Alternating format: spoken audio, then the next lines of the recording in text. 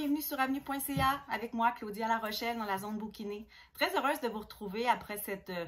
c'était une pause Avenue parce que j'ai pas tellement pris de vacances en tant que telle, mais j'ai pris une petite pause Avenue de quelques semaines.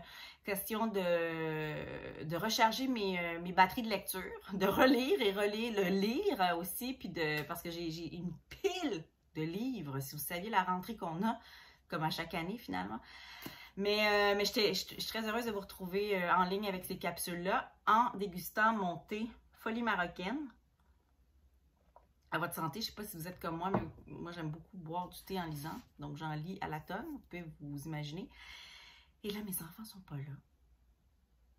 Ils sont chez leur papa et c'est tranquille. Alors j'aime ça faire des capsules dans ces contextes-là. Donc, ça m'a permis aussi de lire, parce que quand mes enfants ne sont pas là, je lis 2 fois plus.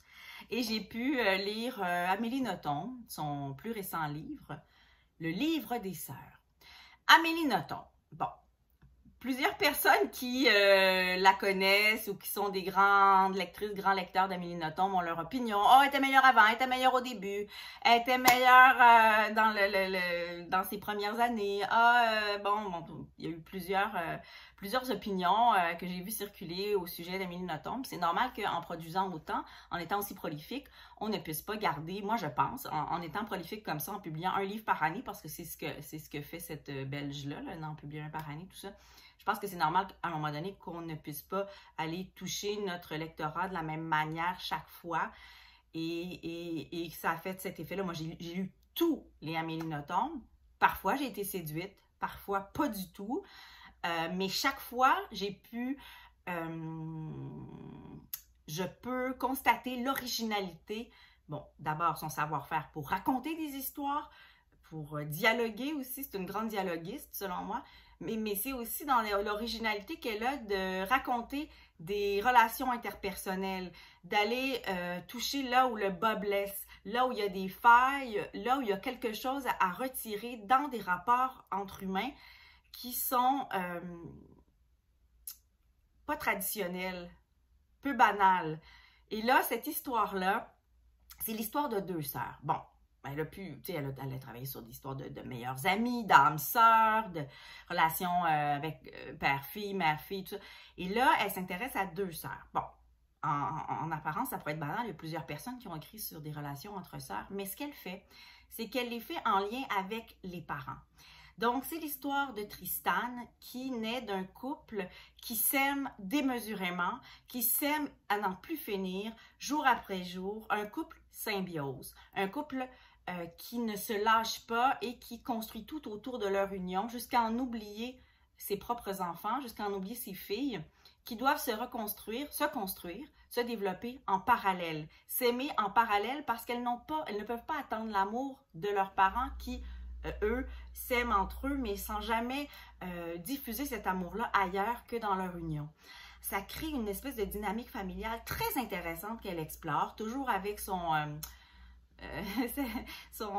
cynisme parfois, son ironie, son humour aussi, qui caractérise vraiment l'esprit nothombien.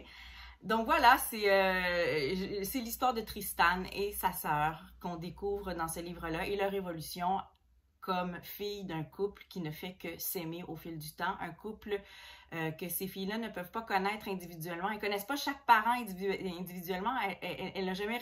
Ces filles-là n'ont jamais réussi à découvrir qui était leur mère, qui était leur père. Elles n'ont connu qu'une union.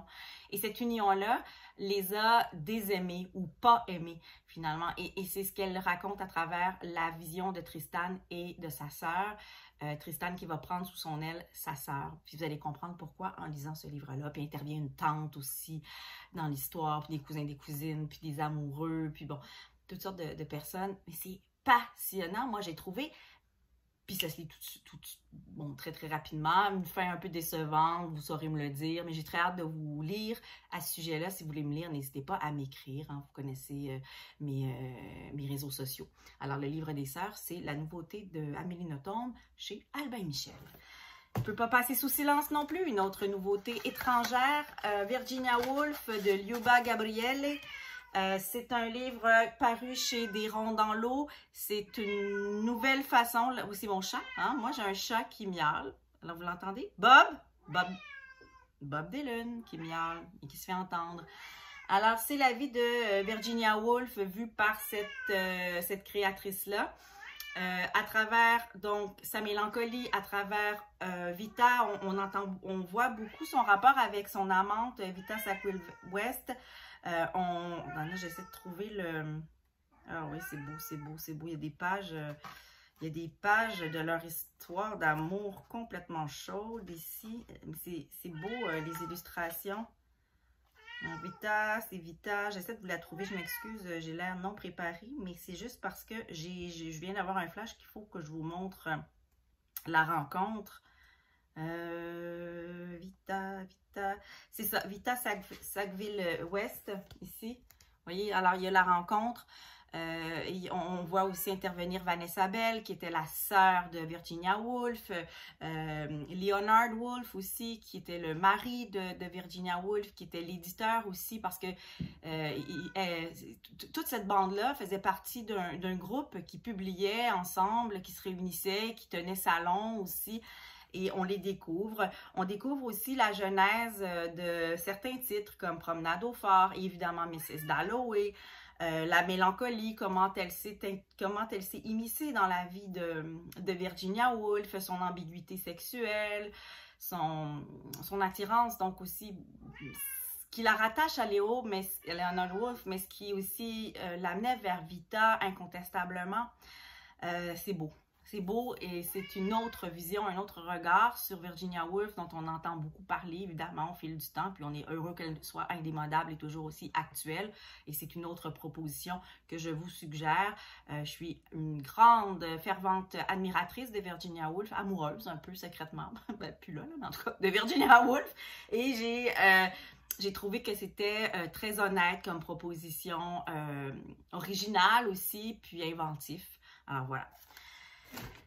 Femmes d'art, un livre sur les grandes femmes qui ont marqué l'histoire des arts à travers le monde.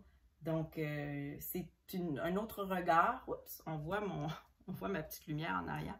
C'est un autre regard sur des grandes... de Berthe Morisot à Louise Bourgeois qu'on connaît, à Georgia O'Keeffe, incroyable Georgia O'Keeffe, Niki de Saint-Phal. Des femmes dont je vous ai parlé parfois parce que j'ai lu leur biographie, puis des femmes qui m'inspirent beaucoup aussi. Donc, ce livre-là, c'est une proposition, donc des regards sur ce qu'elles ont réalisé à travers les années. Voilà. Et vu par d'autres femmes, donc aussi, ça aussi c'est intéressant. J'aimerais vous parler aussi de « Un jour, la vie m'a envoyé un camion ». Pour celles et ceux qui aiment lire les témoignages de vie, c'est à la petite maison d'édition au Carré. C'est Marie-Ève Lemay qui a écrit ça. Marie-Ève Lemay, c'est une bachelière en marketing de l'Université de Montréal. Puis, un jour, elle est allée en Thaïlande, comme plusieurs le font, faire un voyage il y a quelques années, alors qu'elle était plus jeune. Elle s'amusait, elle avait la vie devant elle, elle avait l'avenir à elle. Et elle était victime d'un grave accident qui l'a menée à frôler la mort finalement, puis à se rééduquer, à faire refonctionner son corps après un long moment d'arrêt complet. Donc, une grande convalescence. Et cette convalescence-là a changé sa vie et elle explique comment cette convalescence-là a eu un impact transformateur sur sa vie. Puis elle dit qu'elle a un petit côté sorcière aussi, puis elle en parle de ça. Alors, moi, je sais qu'il y a plusieurs personnes qui aiment les bonnes petites bios, puis petites, c'est pas péjoratif, c'est juste que c'est des bios qui ne sont pas exhaustives. Je sais qu'il y en a qui aiment beaucoup les récits de vie aussi. Alors voilà, je vous en suggère un, là. Donc, une histoire de vie qui peut s'apparenter à certaines histoires de personnes que vous avez peut-être connues, qui ont eu des expériences assez traumatisantes autour de vous. Alors, voilà pour ça. Et Louise Bombardier, une poète, créatrice que j'estime beaucoup, une bonne actrice aussi, mais une grande femme de plume. Louise Bombardier qui nous arrive avec Dans le giron vert de l'été. C'est chez Poète de Brousse, juste l'illustration de Gérard Dubois, voyez-vous. Les illustrations de Gérard Dubois, ça vaut vraiment le détour aussi, là, un petit côté un peu vintage. Et c'est un été en poésie. Je ne saurais vous... Regardez, on va y aller avec... c'est vraiment le passage. C'est une femme à travers les saisons. C'est son regard à elle à travers le temps, à travers les saisons, à travers un été finalement qui nous mène jusqu'à l'automne. Avec des déceptions, avec des moments de stupeur, de tremblement. Je reviens à mes notons là, en disant stupeur et tremblement, mais c'est un peu ça que j'ai vu et que j'ai perçu à travers le regard de Louise Bombardier. Je voulais vous lire un petit... L'automne est un oiseau fauve, voyez-vous. Ça, c'est la partie où elle amorce l'automne en poésie. 1er septembre, tiens, on va être dadon.